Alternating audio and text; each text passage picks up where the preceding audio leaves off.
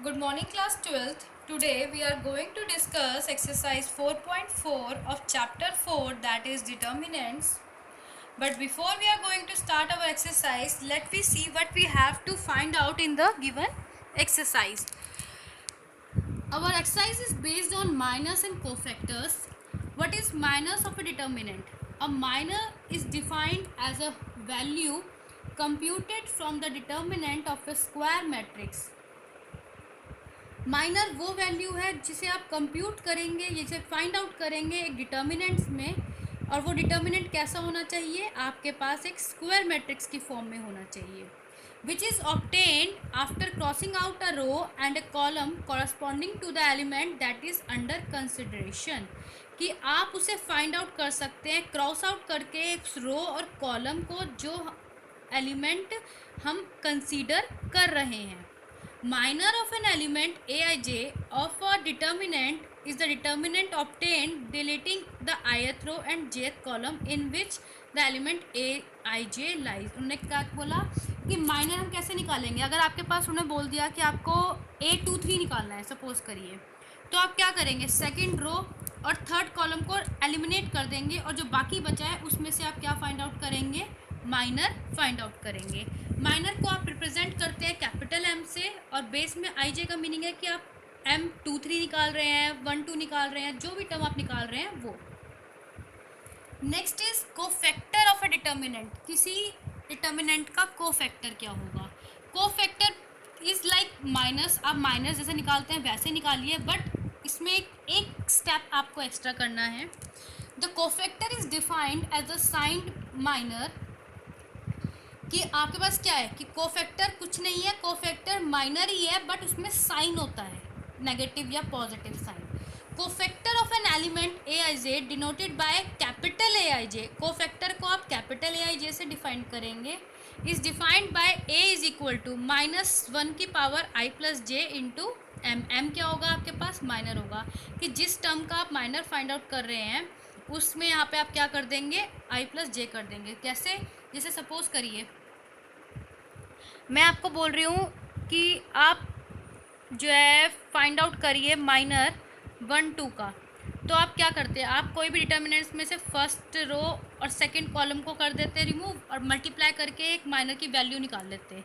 कुछ भी वो वैल्यू आ जाती है. सपोज करिए आपकी वैल्यू आ गई 24. अब मैं आपको बोलती हूँ इसका कोफैक्टर निकालिए. किसका, इसी टर्म का, A12 का. तो आपके पास आ जाएगा -1 की पावर, यहाँ पे हो जाएगा 1 + 2 इंटू 24. तो -1 की पावर हो गया 3, यानी कि कितना आ जाएगा आपके पास, -1. तो रिजल्ट क्या आएगा आपके पास, कोफैक्टर इज -24. अगर ये यहाँ पे आपके पास कुछ और चेंज हो जाता है, पॉजिटिव टर्म आती, तो ये माइनस साइन कन्वर्ट हो जाता है किसमें, प्लस में. We note that if the sum of I plus j is even, then aij is equal to mij. That means कि अगर आप जो टर्म फाइंड आउट कर रहे हैं, लाइक आपने A23 निकाला, या आप A22 निकाल रहे हैं, A42 निकाल रहे हैं, A31 निकाल रहे हैं, अगर उनका सम आपके पास कैसा आता है, इवन आता है, लाइक 2 4 8 इस टाइप की टर्म आ रही है, तो आपके पास माइनर और कोफैक्टर की वैल्यू क्या हो जाएगी, बिल्कुल सेम हो जाएगी. बट इन केस वो वैल्यू क्या आ रही है, ऑड आ रही है, तो आपके पास जो माइनर होगा, कोफैक्टर होगा, उसमें वो किसके इक्वल हो जाएगा, वो माइनर में नेगेटिव साइन मल्टीप्लाई करेंगे तब उसकी वैल्यू के इक्वल आएगा. Hence the only difference between the related minor entries and the cofactor may be a sign change or nothing at all. तो माइनस में और कोफैक्टर्स में सिर्फ एक ही डिफरेंस है, दैट इज उनके साइन का, और कोई भी डिफरेंस नहीं है. Let's take an example. You have to find the minors and cofactors of all the elements of the determinant. आपके पास एक डिटर्मिनेंट गिवन है, आपको बोला गया है इसके माइनर्स और कोफैक्टर्स निकालिए. तो माइनस निकाल रहे हैं हम किसके, इसके और कोफैक्टर. सबसे पहले हमने क्या निकाला, माइनर निकाला. हमने लिया A11. 1 का मतलब क्या हुआ कि फर्स्ट रो और फर्स्ट कॉलम को आप कर दीजिए कैंसिल. जैसे आप कैंसिल करेंगे आपका क्या बचेगा, 3. तो माइनर क्या आ गया, A11 3. फिर है आपके पास M12. 12 का मतलब क्या हुआ, कि आप फर्स्ट रो और सेकंड कॉलम को, तो फर्स्ट रो गई, एक बार सेकंड कॉलम गया, तो एलिमेंट कौन सा बचा, 4। तो आपके पास यहाँ पे क्या आ जाएगा, 4। Similarly you can find 2 1 and 2 2। अब आपको निकालने हैं इसके कोफैक्टर्स। तो कोफैक्टर्स का मीनिंग क्या हुआ, आपने निकालना है a11, तो -1 की पावर 1 + 1 और इंटू m11, तो m11 कितना था, 3 था, -1 की पावर कितना हो जाएगा, 2, तो -1 इंटू -1 प्लस, तो आपके पास आंसर आया 3। यहाँ आया a12, 12 का मतलब 1 + 2, तो यहाँ पे आएगी पावर 3, नेगेटिव की पावर 3 ऑड, इसका मतलब साइन आएगा नेगेटिव का, तो आपके पास m12 कितना हो जाएगा, -4। तो बस आपको कुछ नहीं करना है कोफैक्टर में, आपको सिर्फ कोफैक्टर्स में माइनस साइन का ध्यान देना है कि अगर सम जो है आपके पास जो फाइंड आउट करने हैं जिसका कोफैक्टर, वो उसका सम अगर आ रहा है इवन तो नेगेटिव साइन नहीं लगेगा, अगर ऑड आ रहा है तो नेगेटिव साइन ऐड हो जाएगा। Let's start our exercise. Write minus and cofactors of each of the element of the following determinant. आपको क्या फाइंड करना है, आपको माइनस और कोफैक्टर्स फाइंड करने हैं इन सब डिटर्मिनेंट के। फर्स्ट पार्ट देखते हैं, आपके पास डिटर्मिनेंट दे रखा है 2/0 -4,3। सबसे पहले आपने निकाला m11। जैसे ही आप m11 निकालेंगे तो इसका मतलब फर्स्ट रो और फर्स्ट कॉलम को कर दिया आपने डिलीट, तो आपके पास कितना बचेगा, 3। उसके बाद आपने लिया m12 का मतलब क्या हुआ कि आप फर्स्ट रो और सेकंड कॉलम को डिलीट कर रहे हैं, तब आपके पास कितना आ जाएगा, ये आपके पास आ जाएगा 0। देन आपके पास है m21 का मतलब सेकंड रो फर्स्ट कॉलम, तो आपके पास बचेगा एलिमेंट -4, तो आपके पास नेक्स्ट कितना आ गया, -4।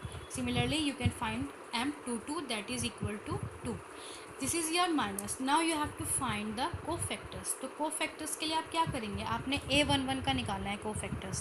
तो a11 का कोफैक्टर क्या होगा, आपने -1 की पावर 1 1 1 और 1 ऐड होकर कितना हो जाएगा, 2, यानी कि पावर हो गई इवन। अगर पावर इवन है तो मतलब माइनस में कोई साइन नहीं लगेगा, वो पॉजिटिव साइन आएगा, तो आपका आंसर आ गया 3। नेक्स्ट लिया आपने a12 यानी 1 + 2 इज़ 3। अगर 3 आ रहा है तो -1 में जब 3 0 मल्टीप्लाई करेंगे तो माइनस तो कितना आएगा, 0।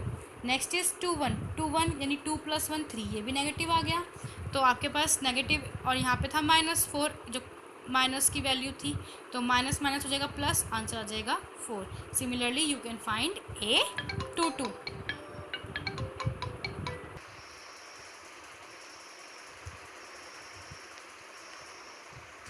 Question number 2,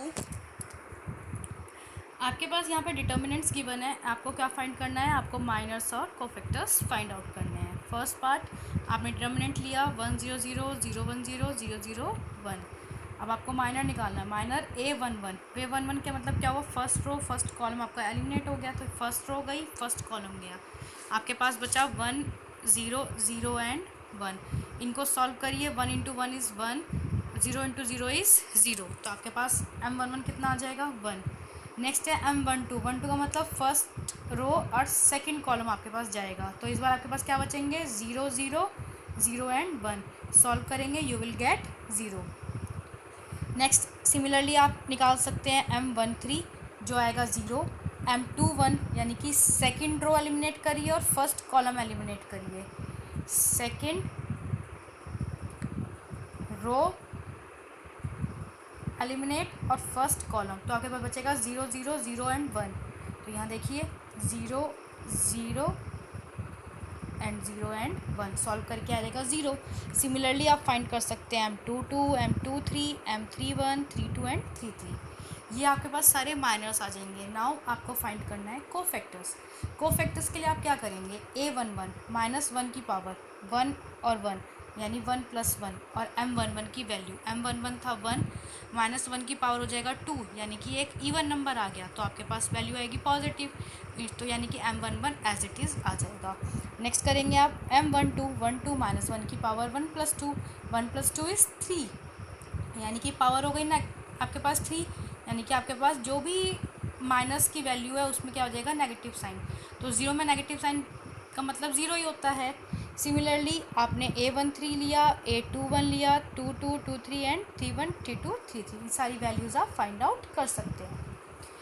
question number 3, using cofactors of elements of second row evaluate determinant. आपसे ये बोला गया है कि आप कोफैक्टर्स यूज़ करिए किसके, सेकेंड रो के, और देन इवेल्युएट करिए वैल्यू किसकी, डिटर्मिनेंट की। तो सेकेंड रो का मतलब हुआ कि आपने सेकेंड रो के अलोंग करना है, तो उसे कर दीजिए एलिमिनेट। तो पहले हमने निकाला M21, तो M21 का मतलब सेकेंड रो गई और फर्स्ट कॉलम गया आपका, तो ये गया फर्स्ट कॉलम। जैसे फर्स्ट कॉलम जाएगा तो आपके पास second row first column is eliminate, you will get 3, 8, 2 and 3, ये आपके पास एलिमेंट्स आ गए। सॉल्व करेंगे M21 की वैल्यू कितनी आ जाएगी आपके पास, -6, और A21 कितना हो जाएगा, -1 की पावर 2 + 1 यानी कि 7। सिमिलरली आप निकालेंगे M23 निकालेंगे, वो कितना आ जाएगा आपके पास 7, और A23 कितना आ जाएगा -7। अब आपको निकालना है डेल यानी कि डिटर्मिनेंट की वैल्यू। तो डिटर्मिनेंट की वैल्यू क्या होगी, डिटर्मिनेंट निकालने का तरीका आपने इससे पहले देखा था, उसमें आपने first row, second row, third row, या first column, second column, third column के अलोंग उसको एक्सपैंड करते थे, तब आप डिटर्मिनेंट को फाइंड आउट करते थे। अब आप जो आपके पास कोफैक्टर्स आते हैं उनको यूज़ करके भी डिटर्मिनेंट फाइंड आउट कर सकते हैं।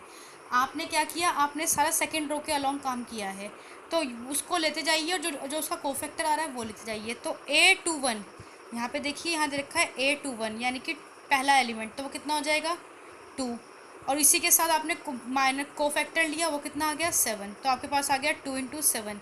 सिमिलरली आपके पास आ जाएगा A22 एंड A22, तो 0 × 7, A23 एंड 23, A23 आपके पास देखिए कितना आएगा 2, और थर्ड कॉलम 1, तो आपके पास आ जाएगा 1 × यहाँ पे वैल्यू आ गई आपके पास कितनी, -7, वो लिख दिया आपने -7, सॉल्व किया, you will gate 7।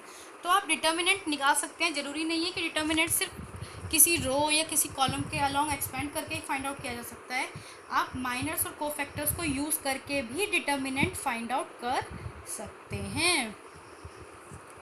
Question number 4, using cofactors of elements of third column evaluate. Same वही क्वेश्चन जैसे हमने प्रीवियस किया है, आपको अब बोल दिया गया है कि थर्ड कॉलम के अलोंग एक्सपेंड कर दीजिए और इवेलुएट करिए। थर्ड कॉलम कौन सा हो गया आपका, थर्ड कॉलम हुआ ये वाला। तो पहला इन्होंने निकाला 1, 3 यानी कि 1 और 3 गया, तो आपके पास बचा 1, 1 YZ, सॉल्व किया, you will get Z - Y। देन आपके पास आ जाएगा कितना, थर्ड कॉलम तो है ही है, आपके पास सेकेंड रो हो जाएगी, तो 2, 3 हो जाएगा, तो आपके पास आ जाएगा 1X 1Z, सॉल्व किया, Z - X। फिर आपके पास क्या हो जाएगा, थर्ड कॉलम तो करना ही करना है, आपने थर्ड रो भी कर दी, तो आपके पास आ जाएगा 1, 1 1X, सॉल्व करेंगे Y - X। अब ये तो आ गए आपके पास माइनस, कोफैक्टर्स निकालते हैं, -1 की पावर 1 + 3 कितना हो जाएगा 4, यानी कि पावर आपके पास पॉजिटिव हो गई, तो Z - Y as it is. फिर नेक्स्ट है आपके पास 2, 3 यानी कि पावर हो गई कितनी 5, तो यहाँ पे क्या आ जाएगा, नेगेटिव साइन आ जाएगा, क्योंकि 5 पावर मीन्स ऑड नंबर। फिर है 3, 3 3 3 का मतलब हो गया 3 + 3 = 6, 6 इज़ अ इवन नंबर, तो आपके पास यहाँ पे एज इट इज़ नंबर आ जाएगा। अब आपको क्या निकालना है, डेल निकालना है, किसके अकॉर्डिंग निकालना है, आपको डेल निकालना है थर्ड कॉलम के अकॉर्डिंग। तो आप यहाँ पे आपके पास ये कौन सी टर्म बनेगी, ये वाली, ये बनेगी A1 2, तो मल्टीप्लाई किसके साथ होगा, सॉरी 1 3, तो A13 मल्टीप्लाई कैपिटल A13, देखिए स्मॉल A13 कैपिटल A13। फिर नेक्स्ट वाला को ये एलिमेंट क्या बनेगा आपके पास, ZX जो होगा, जो ZX की पोजीशन है वो है A सेकेंड रो और थर्ड कॉलम A23, इसकी मल्टीप्लाई कैपिटल A23 कोफैक्टर्स के साथ। सिमिलरली आप थर्ड निकालेंगे, that is A33 multiply capital A33। On solving you will get the value of determinant that is equal to X - Y, Y - Z